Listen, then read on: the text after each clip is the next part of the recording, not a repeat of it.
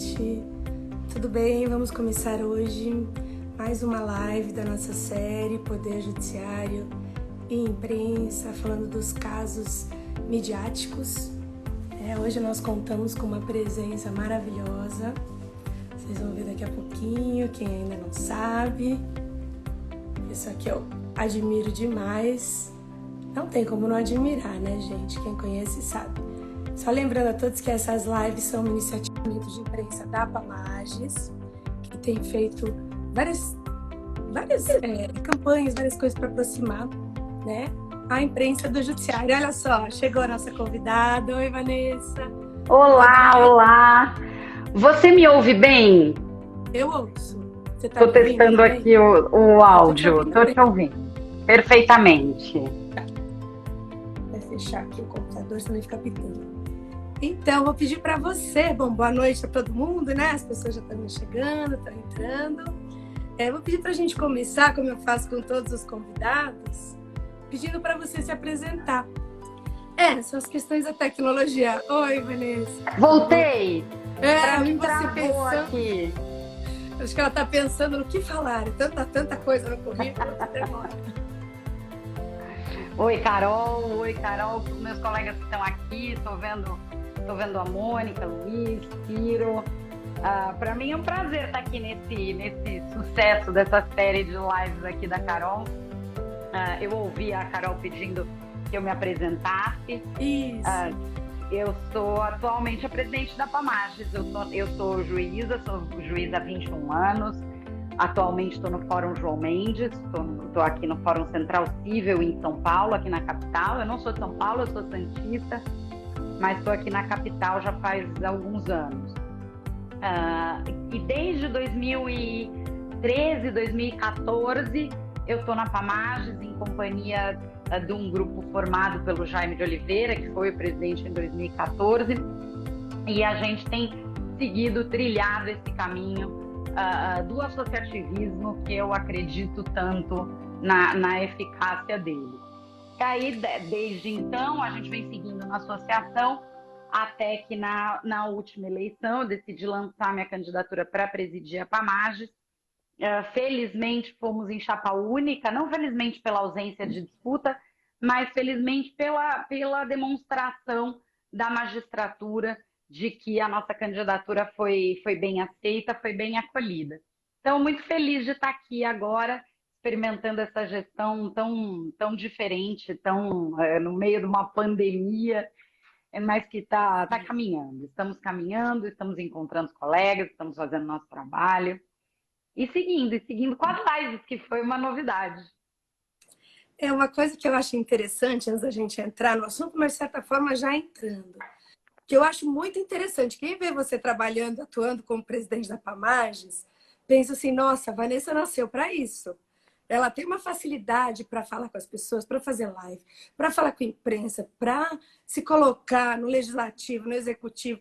A sensação é que, além da tua vocação para juíza, que isso ninguém nega, né? Todo mundo já sabe que você é uma juíza excelente, você tem uma facilidade muito grande numa área que a maioria de nós, aliás, não só juíza, a maioria da população em geral, teria muita dificuldade. Então, você já tinha pensado em alguma outra área? Já tinha pensado talvez em ser política ou, né, agir com, sei lá, comunicação, alguma coisa assim? Como é que foi isso, você se descobrir, né? Descobrir esse teu talento?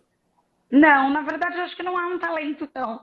Na verdade, eu gosto muito de política, acredito muito em política, sempre gostei muito dos bastidores da política, não mais dos bastidores da negociação de projetos, discussão de projetos, de pautas coletivas, sempre gostei muito disso.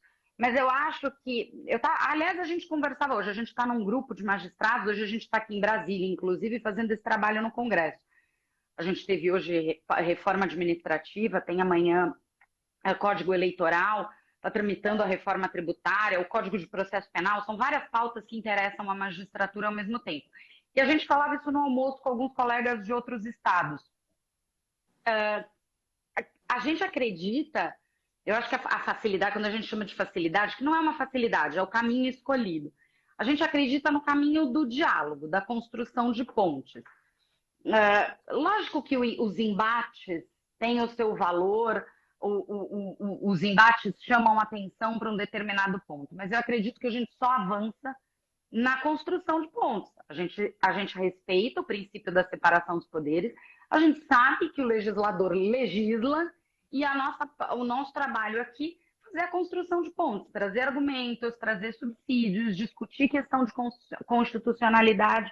Hoje, por exemplo, na reforma administrativa, havia uma discussão se a reforma administrativa poderia ou não abarcar o Poder Judiciário. A pauta é corporativa, não é corporativa. A questão não é essa, a questão é constitucionalidade. Então, a gente trazendo elementos, conversando sobre isso. A Casa emitiu um parecer, a assessoria legislativa, a assessoria jurídica aqui do Legislativo emitiu um parecer no sentido da inconstitucionalidade da iniciativa, que teria que ser iniciativa do Poder Judiciário. Então, é esse o trabalho que a gente faz. Então, eu acho que não é uma facilidade, não é um talento, não, como você falou. É o acreditar no diálogo. Eu acredito no diálogo como construção de caminhos para a gente avançar em toda e qualquer pauta. Toda e qualquer pauta. Mas assim, não adianta. É natural em você, até a forma como você fala, e de todos os assuntos. Você se apropria. Né? Nós estamos aqui numa live, você está falando da reforma administrativa, das dificuldades aí, como se fosse uma coisa simples. Como se você saber do Código Eleitoral, da reforma do Código de Processo Penal, da reforma administrativa, de todos esses assuntos, a ponto de se apropriar, não é? Explicar isso numa linguagem clara para deputados, senadores que nunca ouviram falar, como se fosse simples. E vou te falar, não é. Então, realmente, é um talento que você tem. Eu acho sensacional que você tenha, né, decidido usar isso a nosso favor. A gente só pode agradecer. Porque, realmente, Mas os não juízes geralmente ficam tão fechados que você se abre. Interlocutores como a Vanessa. Estou aqui falando um pouco e você não vai. Eu vou pedir desculpas. A ideia não era fazer daqui de Brasília, a ideia era fazer essa live de casa, mas a pauta nos trouxe para cá e a gente teve que correr para Brasília. Eu ia tentar ficar essa semana, mas a gente não consegue. É tanta pauta aqui, então acabou ficando um pouco prejudicada a transmissão. Mas o que eu estava falando quando eu caí, quando eu desconectei, é que é mais ou menos o que os juízes fazem todos os dias, né, Carol? Você apropriar dos assuntos, das dores que nos são trazidas todos os dias, de diferentes matizes, de diferentes origens, de diferentes matérias, e transformar essas dores em sentenças, em soluções. Na verdade, é o que a gente faz todos os dias, só que eu faço extra alto. É verdade. E como é que você vê, eu estava até aqui falando um pouco aqui com eles, que a gente que está atuando mais, né, nessa parte de comunicação, estamos lá no mestrado estudando muito isso, eu principalmente, que a minha tese tem a ver com a imagem do juiz, a gente tem notado que a imagem do juiz de uns tempos para cá, infelizmente, sofreu um abalo, né, na opinião pública. As pessoas têm um certo estranhamento, até foi feito o Jusbarômetro, que mostrou que não é bem assim, que quem já teve contato com o judiciário ainda bem tem uma imagem boa, que muitas vezes a imagem das pessoas é pautada pela imagem dos ministros, né, STF, STJ, porque eles aparecem mais. E outro dia, uma pessoa que está ali na minha página do Instagram me perguntou isso, no meu entender, como o Poder Judiciário poderia ficar mais próximo das pessoas. Eu até respondi que eu acho que o Poder Judiciário é mais próximo das pessoas. Né? Tem fórum em todas as cidades, se a gente for pensar, de todos os poderes, é o mais próximo. Mas eu entendi o que a pessoa estava querendo dizer. Talvez ainda falte um pouco, sabe, esse esforço. A gente tem capilaridade, a gente tem capilaridade, a gente está em todos os lugares, mas a gente ainda tem um distanciamento que precisa ser superado. Eu acho que, na verdade, o Poder Judiciário nunca teve holofotes. O Poder Judiciário sempre foi o poder mais discreto. Os juízes nunca postularam voto da população. Os juízes entram por concurso público. Então, nunca falaram com a população, nunca precisaram pedir voto, nunca foram objeto. As decisões do judiciário são sempre decisões muito solitárias. A do juiz do primeiro grau nem se fale. A de segundo grau, ainda que colegiada, ainda que tomada num colegiado, é muito solitária. É uma decisão tomada muito sem... E isso é pressuposto, não é uma crítica, não. Ela tem que ser solitária porque ela tem que ser livre de pressões, ela tem que ser livre de interferências. O que permite a construção de uma decisão judicial é o trabalho técnico das partes. Agora, o judiciário nunca esteve nos holofotes. O judiciário sempre esteve quieto no seu canto. De repente, a gente vem com um mensalão, depois com Lava Jato. Muita gente fala que foi depois da Lava Jato, mas isso é desde o mensalão. O mensalão com Lava Jato, com vários casos rumorosos, com prisões de pessoas importantes, com uma mudança no paradigma do processo. E aí a gente começa a atrair atenção para o Poder Judiciário. O Judiciário passa a ter os holofotes sobre si e o Judiciário não sabe se comunicar. O Judiciário tem uma série de vedações. A Loman proíbe juiz de falar sobre decisão passada, proíbe juiz de falar sobre a sua própria decisão. Então, quando a imprensa vem buscar informação no Judiciário, o juiz não pode falar. E aí a gente demorou algum tempo e a gente começou a não ter o nosso lado nas questões que são postas. Só falaram sem que a gente fosse ouvido. Eu acho que o trabalho que a gente faz, esse trabalho que a gente faz de comunicação com a imprensa, o juiz não pode falar, mas a associação pode. O juiz não pode falar, mas o tribunal, por meio da sua assessoria de imprensa, pode. Então, até a gente despertar para que a gente precisa comparecer, para que a gente precisa falar, e como falar dentro das limitações que a gente tem da Loman, e quando falar, isso gera um trabalho de construção com a imprensa, com o interlocutor, que não se faz da noite para o dia. Então, eu acho que é entrar nesse debate. Mas eu acho que o que a gente está fazendo agora, o que a gente está tentando fazer agora é isso, essa construção de pontes. Isso que a Vanessa está pontuando é muito importante. É muito importante. Porque há um estranhamento, né? Eu que fiz jornalismo e fiz direito, eu sinto isso muito forte desde que eu entrei na carreira. Eu entrei já faz algum tempo e quando eu entrei em 98, imagina que um juiz ia falar alguma coisa. Qualquer coisa que a gente fosse falar, a gente precisava pedir autorização, né? Quer dizer, era pior ainda do que é hoje, não é? Oi, se eu ficar caindo, você fica me deixando Tudo entrar. Tudo bem, eu fico te chamando. Você estava falando das pontes, né? Eu estava dizendo que eu estava ouvindo, eu estava te ouvindo. Eu não paro de te ouvir. Meu vídeo cai, mas eu continuo te ouvindo. Porque acho que melhorou ainda, né? Acho que hoje em dia as pessoas ainda estão um pouco mais abertas a essa necessidade, você não acha? Ou não? Do diálogo? O judiciário mesmo, eu digo, mesmo os juízes, os desembargadores, porque o Poder Judiciário, eu pelo menos, eu entrei em 98, era muito resistente a qualquer tipo de comunicação. Né? Mesmo a assessoria de imprensa tinha dificuldade para pegar as informações que eram necessárias passar. Eu sinto que hoje em dia mudou um pouco. Acho que a gente já tem um entendimento de que é necessário que essas informações cheguem até a população. Eu ia falar isso. Eu não sei se é uma questão de estar mais abertos ao diálogo ou ter finalmente compreendido que é uma necessidade. A gente precisa dialogar. Você comentou da pesquisa. A Pamages fez uma pesquisa para saber como é formada a imagem do Poder Judiciário aqui no estado de São Paulo. Então, foi uma entrevista feita, coordenada pela Pamages, mas feita pelo IPESP, em que a gente ouviu 1.000 pessoas aqui em São Paulo.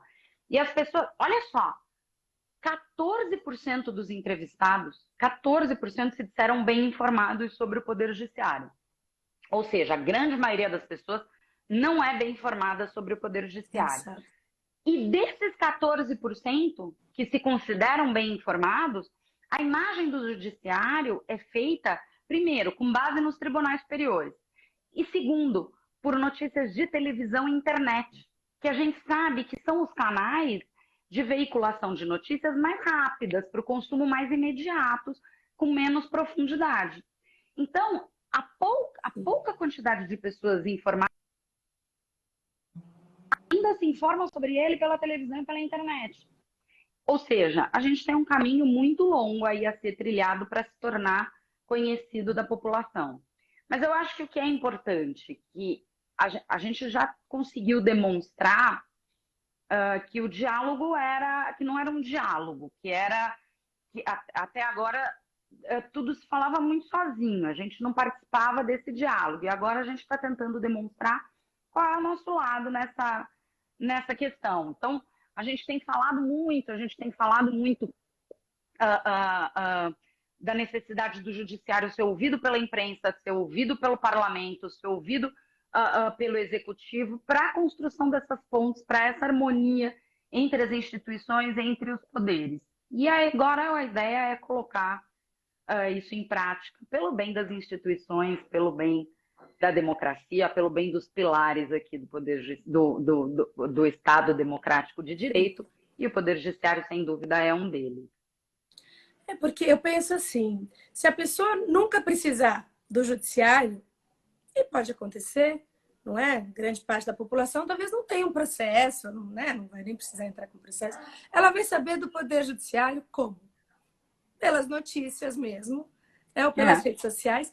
A pesquisa, um dado que eu achei interessantíssimo, que eu nunca imaginava, é que muitas pessoas assistem a TV Justiça. Curioso, né? Curioso. Que nós mesmos, às vezes, eu vou admitir que eu não assisto muito, não. Né? Que somos as pessoas assistem a TV Justiça, as pessoas assistem os julgamentos do STF, as pessoas opinam sobre ele, as pessoas sabem o nome dos ministros. Então é muito interessante como as pessoas têm interesse. E até por isso que os jornalistas procuram tanto saber desses casos midiáticos. Porque é diferente, as pessoas querem saber como funciona o judiciário, como é o julgamento de um processo, principalmente quando é criminal. E se a gente não falar, alguém vai falar, né? Quer dizer, se o judiciário não se coloca para explicar como é a realidade dele, certamente alguém ocupa esse espaço e nunca é em nosso favor. Pelo menos é o que a gente tem visto. Olha, quero deixar um abraço aqui para o Gadelho, meu amigo lá de João Mendes, que está aqui assistindo a gente, e o Roberto Alcântara, presidente da Associação dos Magistrados de Sergipe, está aqui acompanhando a nossa live. Passamos o dia todo hoje pareados no Congresso e agora ele está aqui conosco no Instagram. Que bom, que bom. Como é que você vê, né, essa comunicação entre juízes e a mídia e a imprensa, principalmente? Você acha que tem uma boa vontade? Porque muitas vezes os juízes falam o quê? Não adianta. Jornalista não gosta de juiz, jornalista tem uma vontade com o judiciário. Eu já fiquei rouca de tentar falar que não é bem assim, porque eles acham que eu sou um pouco, né? Como eu tenho amigos jornalistas, sempre que eu começo com essa discussão, eu nunca ganho. O que você sente, né, como presidente da PAMAG? Você acha que tem mesmo essa má vontade? Porque, enquanto ela está pensando para os jornalistas, né, quando eu converso com os jornalistas, é um mundo novo, né, gente? Jornalista não tem o conhecimento que a gente tem. Eu conversei aqui com uma jornalista e ela explicou isso. Não é? O jornalista, muitas vezes, por mais boa vontade que ele tenha, ele vai fazer perguntas, às vezes, que para nós são totalmente despropositadas. Ele muitas vezes não vai entender. Vou convidar a Vanessa de novo, tá? Ele não vai entender o que a gente está falando. Então, cabe a nós também facilitar essa comunicação, o que muitas vezes não acontece. Então, tem a nossa parte também. Oi, não estava pensando na pergunta difícil, não. Eu estou brincando. É a conexão. É que para mim parece como se você tivesse assim, sabe? Olha, uma jornalista me falou uma vez, Vanessa, quando a gente faz uma matéria, a gente não tem um dia inteiro para elaborar uma matéria. Normalmente a gente tem meio-dia, a gente tem algumas horas. A gente precisa, não adianta a gente dar matéria do dia seguinte, principalmente na televisão. Então a gente procura uma vez, procura outra vez, procura outra vez. Quando a resposta é sempre não, e no caso do judiciário a resposta era sempre não. Quando a gente procura e a resposta é sempre não, nas próximas a gente já sabe que vai ser não. Então a gente já coloca que a parte não se manifesta. Então, eu acho que não é má vontade. Os juízes não têm má vontade em falar. Os juízes têm impedimentos. E o juiz tem muito impedimento, sabe, Carol?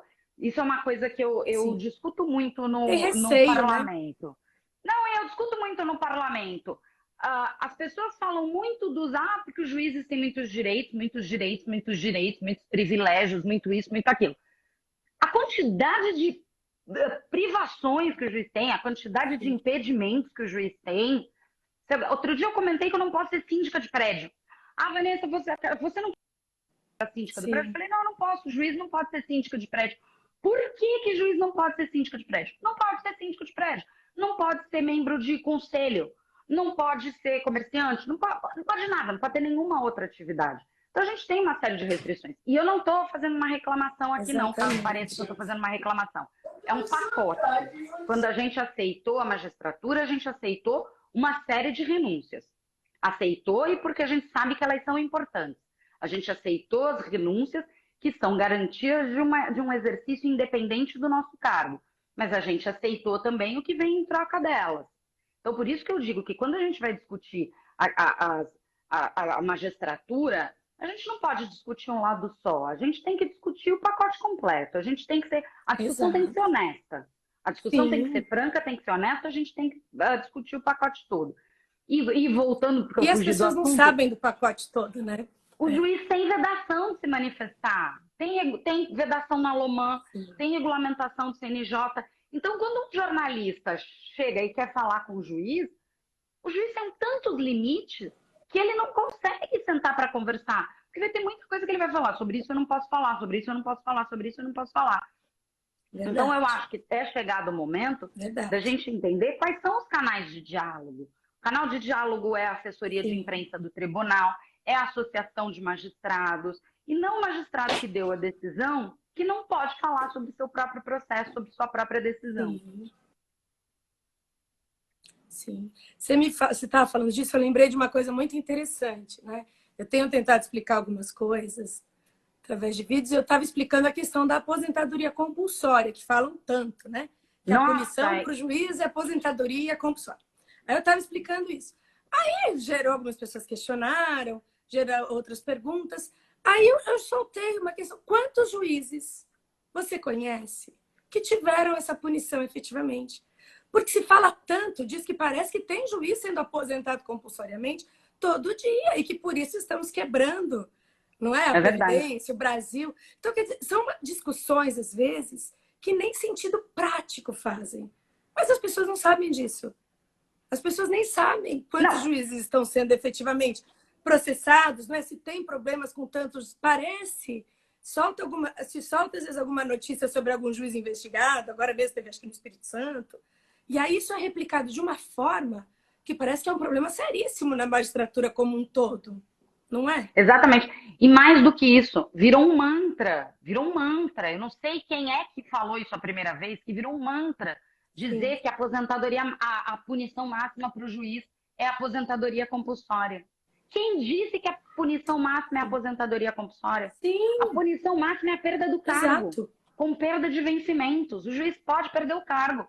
Óbvio que ele não pode perder administrativamente. É óbvio que não pode. Exato. Senão, se amanhã você entra com processo, uma outra parte está com processo, eu desagrado uma parte poderosa, alguém me tira do cargo. Fala, olha, eu não quero mais essa juíza no cargo, vamos tirar essa juíza do cargo.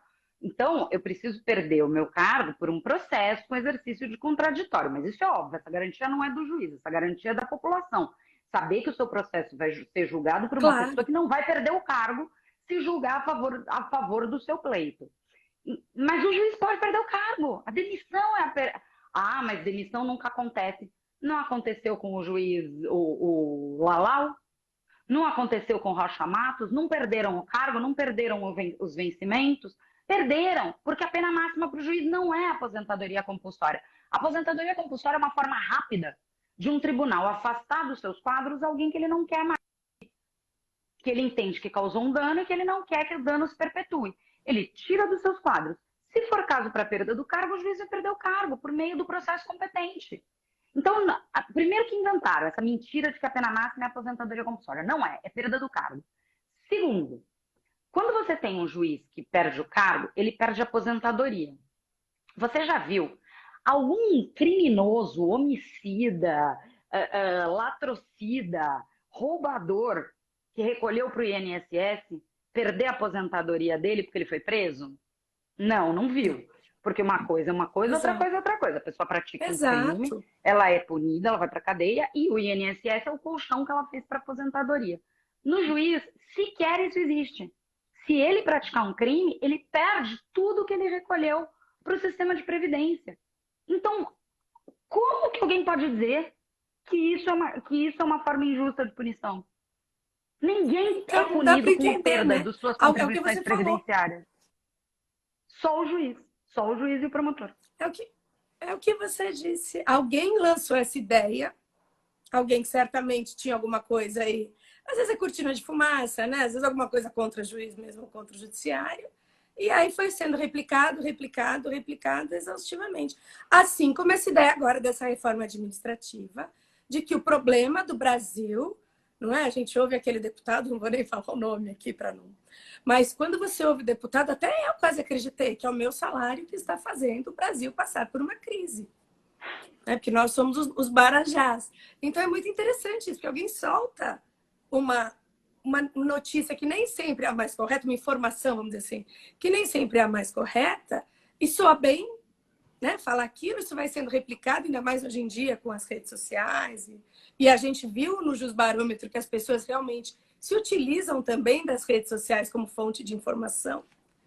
E nós temos que utilizar isso a nosso favor também. O que eu costumo falar para os juízes quando eu dou os cursos, né, sobre imprensa. Bom, primeiro que isso que você falou de notícia é fundamental, porque notícia é algo inédito, relevante, atual. Quer dizer, se o jornalista realmente não dá aquela notícia no momento que ela acontece, acabou. Já não é mais inédito, já não é mais atual, já não é mais notícia. Daí eles estão sempre atrás de dar notícia antes dos outros. Então, nem sempre ele tem o tempo que a gente gostaria que ele tivesse para guardar. E o que eu costumo falar é que, assim, lógico que a gente nunca vai poder falar, o juiz nunca vai poder falar sobre o processo dele nem do outro, dar opinião sobre nada, mas isso não impede que ele preste um serviço de informação, por exemplo. Como é um processo, né? No caso do eleitoral, como acontecem as eleições, coisa que às vezes a gente faz. Porque, infelizmente, no Brasil, falta muita informação sobre direito. Não só sobre o judiciário, mas sobre a Constituição, sobre direito do consumidor. As pessoas não sabem os direitos que elas têm. Então, muitas vezes, o juiz pode se aproximar mesmo da população através dessa prestação de informação, né? Quando ele é solicitado. Isso não tem vedação nenhuma. Lógico que tem colegas que não gostam de se comunicar, não gostam de conversar. Mas é uma forma de você também mostrar, né, que o judiciário está próximo também da população, não é esse bicho de sete cabeças. Exatamente, e se aproximar da sociedade civil, né? A gente precisa do envolvimento da sociedade civil nas pautas. Outro dia a gente falava sobre a campanha Sinal Vermelho, um colega falando, mas você não vê nenhum problema da gente se envolver em campanhas de informação? Zero problema, zero problema. É campanha de informação, é campanha de divulgação, é campanha informação mesmo, de alerta à população. Isso não significa que a gente vai se envolver com os casos antes deles chegarem, antes deles virarem processo. É um envolvimento da sociedade civil nas pautas que são caras ao processo civilizatório, não é nem a magistratura, ao processo civilizatório. E essa é uma delas. A campanha Sinal Vermelho é uma delas. Os juízes têm ido às mídias para conversar. E quanto mais educados, né? Sim. Exatamente. Sim. E não tem como. Teve gente que questionou as associações à frente desse tipo de campanha. Gente, tem como a associação não estar à frente desse tipo de campanha? É uma campanha de cidadania. Quanto mais esse tipo de campanha acontecer, menos problemas nós teremos e chegarão, inclusive, até o judiciário. A ideia é essa, né? Além de toda a questão humanitária que tem por trás, é preventivo também para o nosso trabalho, ou seja... E eu acho que a gente conseguiu um grande feito agora, que foi demonstrar que não se trata de uma pauta feminina, é uma pauta civilizatória. Então, a gente teve a adesão do governo de São Paulo, terá a adesão da Lesp, a gente tem um movimento ocorrendo que a gente fez entender que é uma pauta civilizatória e não uma pauta feminina. Isso Sim. Graças à comunicação efetiva. Porque é isso, não é? Através da informação e da comunicação, a gente vai fazendo as pessoas entenderem melhor. Essa campanha Sinal Vermelho é uma campanha humanitária e não feminina, porque as famílias, raras famílias têm só uma mulher envolvida na violência, ou duas mulheres. A maioria tem uma mulher, tem um homem, tem crianças. Todos eles vivem essa violência e vão replicar isso. Então, quer dizer, é muito claro isso. Eu não entendo muito bem. Outro dia tinha todo um questionamento acerca exatamente do papel da associação, que as associações só deveriam defender pautas associativas. Quer dizer, só o que dissesse respeito aos juízes efetivamente. Gente, a associação é a nossa voz. Se nós entendemos que isso é importante, que é importante uma campanha sinal vermelho, a associação, quem melhor do que a associação para falar em nosso nome? É o que você disse. Nem sempre o juiz pode falar. Então, é a associação que vai ter que falar através, né? Em nosso nome, nós falamos através da associação. Eu acho perfeito esse trabalho E todo uma que coisa vocês não têm. exclui a outra. A gente consegue falar Exato! sobre vários assuntos ao mesmo tempo. É verdade. É que, enfim, tem gente que precisa achar alguma coisa para reclamar também, né? Deixa isso para lá. Eu queria te perguntar uma coisa. Você que tem, né? A gente falando aqui sobre essa atuação, então, na imprensa e utilizar realmente esse canal de informação a favor do judiciário. Você que tem atuado muito, né, em relação à comunicação, a gente vê o tanto que você tem trabalhado, tentando informar. Como que você tem visto essa recepção? Os jornalistas têm aberto as portas? Como é que tem sido com os veículos de comunicação?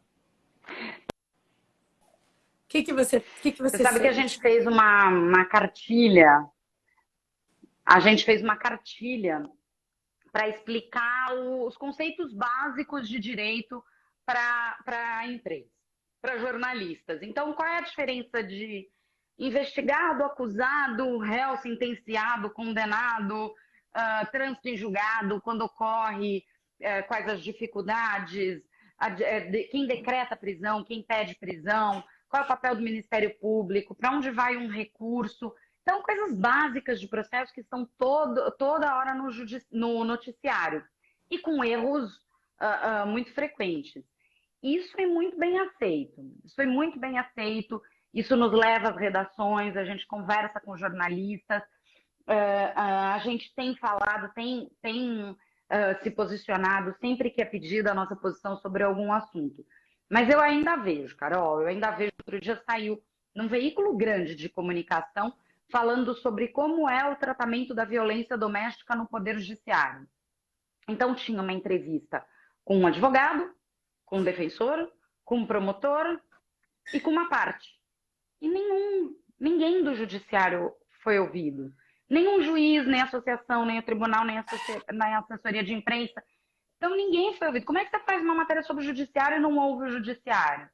Então, eu acho que essa tem que ser uma via de mão dupla. A gente está aberto a conversar, está aberto ao diálogo, mas ele tem que ser procurado constantemente, porque tem um vício de não se ouvir o poder judiciário. Mas a gente continua, Talvez por conta a daquilo gente que a tem sido bem jornalista recebido. falou para você, não é? Que a gente não respondia. Então, se É, perdeu o hábito de procurar, é isso. né? Pode ser. Porque realmente eu sinto muito isso, que é contada uma história do Poder Judiciário sem que o Poder Judiciário conte. Eu vejo muito isso. Em muitas matérias, eu que gosto sempre de analisar, né, do outro lado, eu vejo muito isso acontecer. Tanto na imprensa quanto nas redes sociais, é sempre uma história contada por advogados, às vezes por promotores, por partes, e o juiz nunca conta, né, o outro lado do Poder Judiciário. Como é do lado de cá? Por que um processo demora? Por que o processo É, demora? Porque o juiz é. senta em cima do processo? O juiz ele só trabalha quando a pessoa está vendo ele no fórum? Não, a gente trabalha muito mais em casa do que no fórum.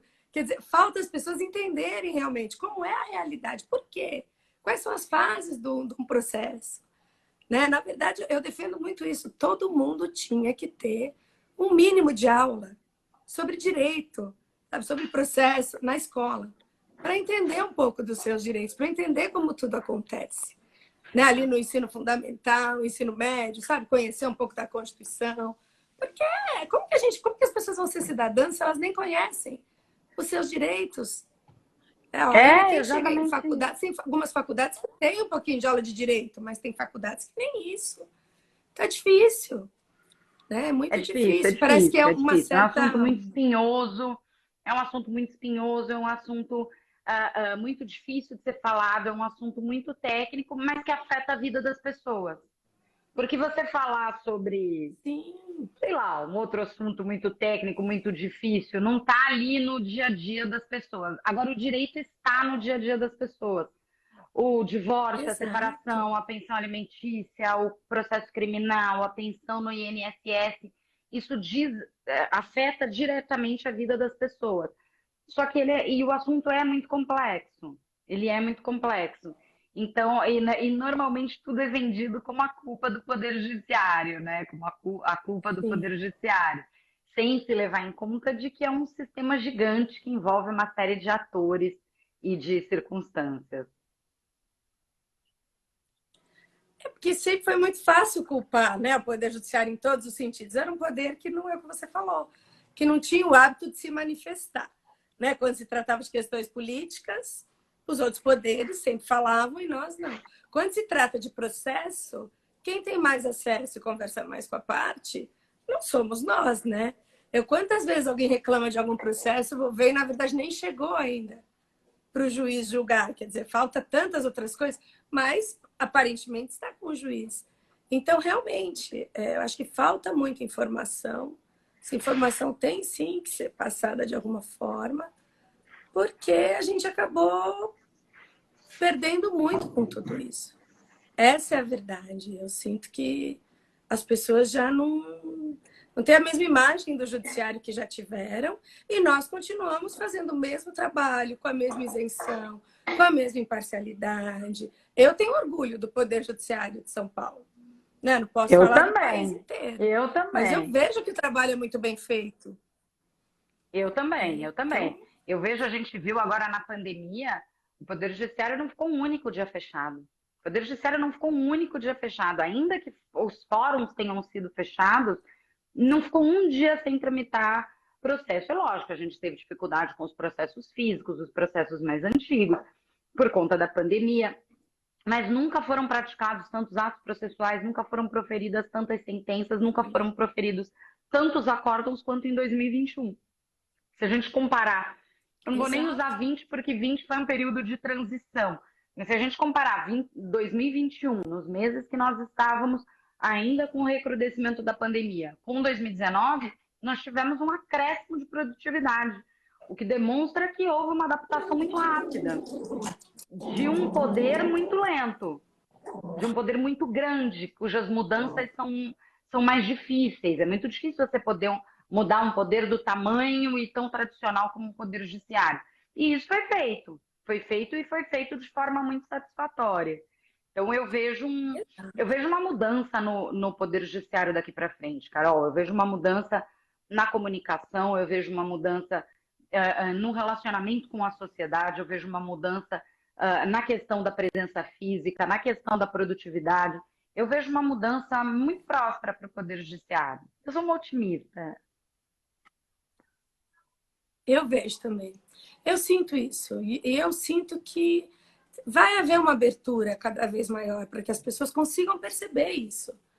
Né? Que o Poder Judiciário é isso, não é só o que elas veem na TV Justiça, nesses julgamentos do STF, STJ, que tem sim toda uma estrutura. Eu, por exemplo, estava falando da pandemia, o que os meus funcionários trabalharam na pandemia, em casa e muito mais preocupados com os processos, ou seja, aquela visão do funcionário público que se tem, não sei nas outras áreas, mas certamente não é a visão do funcionário público do judiciário, né? Porque são A gente funcionários que teve, trabalham muito. eu falei que eu ia fazer isso, não consegui ainda, não tive perna para conseguir colocar esse projeto em prática. Eu queria lançar um manual das boas práticas que foram criadas pelos funcionários do Tribunal de Justiça e pelos juízes durante a pandemia. Sim. Na hora da virada de chave que a gente teve que ir para casa e teve que mudar tudo, a gente teve funcionário criando intimação por QR Code, a gente teve juiz chamando testemunha pelo Sim, próprio WhatsApp, a gente teve audiência sendo instalada via WhatsApp para não perder ato, a gente teve as sim. delegacias que se equiparam, a gente... É muita criatividade, né? Hoje mesmo eu tive uma audiência que era um inquérito falimentar, que só aconteceu, a gente não achava de nem a ré. A minha escrevente foi no Telegram. Eu nem, eu nem tenho o Telegram, ela tem. Procurou o nome da pessoa e conseguiu chamar a ré via Telegram, quer dizer, poxa, se isso não é compromisso com o trabalho, não é comprometimento, então realmente muita coisa foi feita aí durante a pandemia e isso precisa ser noticiado, né? Porque infelizmente há uma imagem muito ruim, né, dos funcionários do judiciário. Já chamei aqui. Ah, Vanessa. Exatamente isso, exatamente isso. A gente viu o comprometimento dos nossos funcionários e dos magistrados com o Poder Judiciário. E é isso, eu acho que a gente só consegue passar isso realmente através da comunicação, né? Através desse interesse que a gente vai conseguindo despertar com o nosso trabalho, com a forma como o judiciário trabalha. Porque é muito. Eu vi você dando uma entrevista falando sobre isso, sobre os juízes que estavam desistindo de ser juízes, né? Que estavam abandonando a carreira, porque é muito duro você ouvir e ver tanta notícia falando de uma realidade que não é a nossa, na verdade. Aí o juiz às vezes É se sente sem isso, voz. é isso, é exatamente isso. Eu estou aqui, olha, o Américo é nosso superintendente, conhece juízes desde a época de Magiscred, desembargador Beretta, que está aqui, fez parte do nosso órgão especial, magistrado super comprometido com a carreira. A gente tem ficado muito desanimado, a gente desanima muito quando a gente ouve as críticas infundadas. Porque as críticas fundadas, Carol, a gente tem que calar, a gente Sim, tem que aceitar e a gente tem que absorver e mudar. Porque as críticas perfeito, justas, as perfeito. justas nos fazem crescer. Agora, as críticas injustas, elas desanimam, porque a grandíssima maioria dos juízes trabalha. Eu vejo, eu estou em muitos grupos de WhatsApp de magistrados. Então, quando são 6, 7 horas da manhã, eu vejo os magistrados trocando. Olha, o sistema de vocês está funcionando? Viram que tem que fazer uma atualização de um sistema? Viram não sei o quê? Quando eu vou deitar, meia-noite, meia-noite e meia, eu vejo os colegas falando: olha, hoje eu tô aqui no sistema, parece que o sistema vai ficar indisponível para atualização essa madrugada. Ou seja, não tem horário, não tem dia, não tem dia de semana, não tem final de semana. Então, Exato. quando você trabalha Ninguém vai com ser juiz, né, prejuízo para da sua burlar nada. família, prejuízo do seu tempo, prejuízo da semana, e houve essa quantidade de críticas injustas, salários astronômicos, a juiz ganha 70 mil reais. Quando a gente ouve isso vai desanimando o profissional sério. Porque o profissional sério, ele não trabalha pelo reconhecimento. Ele trabalha porque ele tem amor mas ele também tem injustiça, porque isso, pelo menos a gente tem brios, né? A gente tem brios e isso incomoda muito ouvir. Sim, perfeito. A gente trabalha com justiça, né, Vanessa? Eu costumo falar isso. Eu sou uma pessoa que desde sempre a injustiça me incomodou, por isso que eu fui fazer direito, por isso que É eu isso. acabei optando pela magistratura. Acho que a maioria dos juízes tem isso, não é? Aí Tem, você se sente exatamente. vítima de injustiça. É muito Exatamente, difícil, né? exatamente. Eu lembro ano Muito. passado a gente teve uma crítica ao orçamento do tribunal. Um veículo de imprensa, um veículo grande de imprensa, fez uma comparação esdrúxula entre o orçamento que é pedido, o orçamento que foi pedido este ano e a comparação quanto ele cresceu entre o orçamento que foi deferido no ano passado. Você não pode comparar o que foi pedido com o que foi deferido. Ou você compara o orçamento que foi pedido nesse ano com o orçamento que foi pedido ano passado, ou você compara o que foi deferido este ano com o que foi deferido ano passado. Claro. Sempre tem corte muito grande, não é? A gente E nunca, não é, e nunca não é ouve. outro dia alguém falou assim: ah, você está dizendo que o tribunal pede um orçamento maior só para cortar? Não, óbvio que não. O tribunal pede o orçamento necessário ao seu funcionamento. Eu preciso de tanto para TI, de tanto para pessoal, de tanto para investimento em prédio, de tanto para manutenção, de tanto para servidor. O tribunal faz todos os pedidos. Só que o governo corta quase todas as verbas e mantém o necessário para pagamento dos servidores. Aí depois fala assim: ah, o tribunal gasta muito com o pagamento dos servidores. É óbvio que paga, porque as outras áreas são, quase todas elas são cortadas. Muitas delas são cortadas. Mas o que eu ia falar não era nem isso. O que eu ia falar era que a notícia foi dada de uma forma enviesada justamente para fazer uma crítica injusta. Justamente para fazer uma crítica leviana. Então, por isso que a gente precisa estar sempre alerta, sempre se posicionando, não permitir que Sim. essas injustiças desanimem e E isso eu tirem o acho. fôlego dos juízes trabalhando. E se propague. Isso eu acho interessante, né? A gente tem só mais um pouquinho de tempo, mas como é o trabalho, né, da associação em relação a isso? Porque você mesmo disse que muitas vezes o jornalista não procura, né? Até porque não tem esse hábito ainda. Seria muito bom, né, se todos tivessem ali o telefone da Pamages para sempre procurar, sempre tivesse notícia do judiciário. Quem sabe um dia nós tenhamos já essa troca tão grande. Mas quando não acontece, a Pamages fica atenta e quando há uma notícia assim, você tenta, né, responder ali ao próprio veículo e depois você tenta dar entrevistas para esclarecer, porque nesse caso do orçamento eu mesma vi várias manifestações tuas esclarecendo e foi muito importante. Vou chamar novamente aqui a Vanessa, que realmente, para quem entrou depois, a Vanessa está lá em Brasília, que está com algumas pautas da associação, e a internet lá não está das melhores. Então, por isso que nós estamos aqui.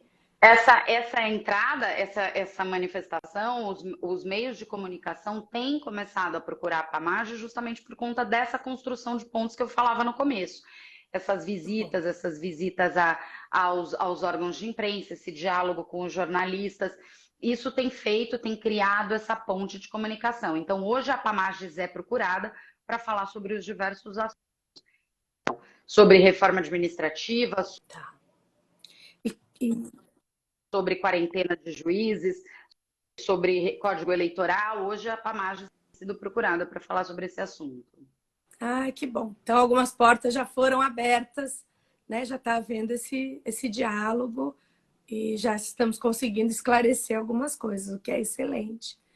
Em relação ainda aos juízes, né? Aos esclarecimentos necessários, o que você sente quando você vai e presta os esclarecimentos? As pessoas ouvem de ouvidos abertos ou parece uma coisa corporativa, né, uma defesa porque é uma associação? Ou as pessoas realmente entendem que aquilo é uma informação, que está na lei? Porque o que eu estou fazendo, né, um parênteses, com essas pesquisas que eu comecei a fazer do mestrado, o que eu comecei a perceber? Que muito dos ataques que haviam da população ao judiciário sempre eram na sequência de alguma manifestação do legislativo. Então, era, por exemplo, assim, era muito interessante, ver alguma notícia do jornal. Deputado tal, uma deputada foi falar, comparar o salário de um juiz a um professor. Por que um juiz ganha mais que um professor, que, de certa forma, é quem forma o juiz? Gente, o professor tem que ganhar muito, com certeza. Eu sou a primeira. Mas é estranho você comparar coisas que, em tese. Mas ela falou isso na tribuna nossa. No dia seguinte, todo mundo acabando com os salários dos juízes. Então é muito interessante como tem essa coisa de um poder, às vezes, né? Atacar o outro de alguma forma assim, mais sutil. E você sente isso? Como é que é quando você tenta defender o judiciário? As pessoas estão abertas a ouvir? Olha, é a presidente da Pamages, então é óbvio que ela vai falar isso. Carol, eu acho que isso volta um pouco àquilo que a gente falou no começo dessa conversa. Eu acredito no diálogo franco, no diálogo aberto. Sim. Eu acho que o diálogo franco é muito bem recebido. Eu acho que as pessoas ouvem sim. É óbvio que tem gente que não está disposto a ouvir. Tem gente que não está disposto. Outro dia eu expliquei, não sei o que para um deputado, uma questão de aposentadoria dos juízes. Eu estava explicando por que ela não é privilegiada. Muito pelo contrário, ela custa muito mais caro para o juiz do que a contribuição da iniciativa privada. Ela é muito mais custosa. E ele falava, olha, eu sei, estou ouvindo tudo que você está falando, mas eu continuo achando que é privilégio. Falei, a senhora acha? Falou, eu acho que é privilégio. Falei, então vamos fazer uma coisa, me ajuda a sair dela. Eu tenho um projeto para que os juízes possam voluntariamente sair da aposentadoria integral e passar para a aposentadoria do teto do INSS. Por quê? Porque ela não é privilegiada. É o que eu estou tentando demonstrar. A gente quer sair. Alguns juízes querem sair. Alguns juízes querem ir para o teto do INSS. É só aprovar um projeto, é voluntário. Deixa os juízes saírem. Ah, mas tem alguma coisa estranha, porque ela é Ah, privilegiada. Mas então, tá vendo? Não adianta. Não adianta eu explicar. Se a pessoa não quiser ouvir, não tiver ouvidos para ouvir, Essa o foi diálogo fica ótima. difícil. Mas, de maneira geral, a gente consegue manter esse diálogo aberto quando a gente trabalha, quando a gente fala com franqueza e aceita críticas. Eu acho que a gente tem que fazer nosso meia-culpa, saber que a gente tem muito a melhorar. O Poder Judiciário é um poder a ser melhorado, a ser muito melhorado. As pessoas falam, então tá tudo uma maravilha? Não, tá, a gente tem que melhorar muito, sim. Tem que melhorar a questão de administração, de gestão de processo, de efetividade, de tempo de tramitação. Tem muita coisa a melhorar. Mas eu acho que a gente também tem muita crítica a corrigir aí que não é justa. É muito bom isso, eu acho sim. E acho que a gente tá indo nesse caminho, está todo mundo super aberto a corrigir. É o que você falou, quando as críticas são realmente acontecem, né? São críticas que, principalmente quando é propositiva, né? Alguma crítica que é construtiva e que são coisas que acontecem, nós estamos abertos à mudança. Eu acredito que o Poder Judiciário está cada vez mais aberto a isso. Queria te agradecer, Vanessa, por você falar suas palavras finais, porque infelizmente tem um pouquinho de tempo. Você aí no meio da tua correria, achei até que você ia desmarcar por conta dessa pauta toda. Fiquei feliz que você não teve. Eu não desmarquei porque a gente já combinou isso faz bastante tempo e eu não quis desmarcar, mas hoje foi uma correria mesmo. Queria agradecer essa série de lives que você fez aqui para a Pamages, essa tentativa de aproximar o Poder Judiciário da população, com palavras simples, com explicações do que a gente faz todos os dias, e a gente conta com comunicadores como você. Você me falou já no começo, não estou falando nenhuma novidade, são poucas as pessoas que se dispõem a falar, mas a gente tem a Mônica querida e a Marcela que estavam aqui, que fazem um trabalho de comunicação com a sociedade, a Mônica Tucunduva e a Marcela Papa. A gente tem você com a sua comunicação de forma tão simples e tão direta. A gente tem uma série de colegas que estão dispostos a fazer esse diálogo. Então, eu só tenho a agradecer que vocês fazem isso.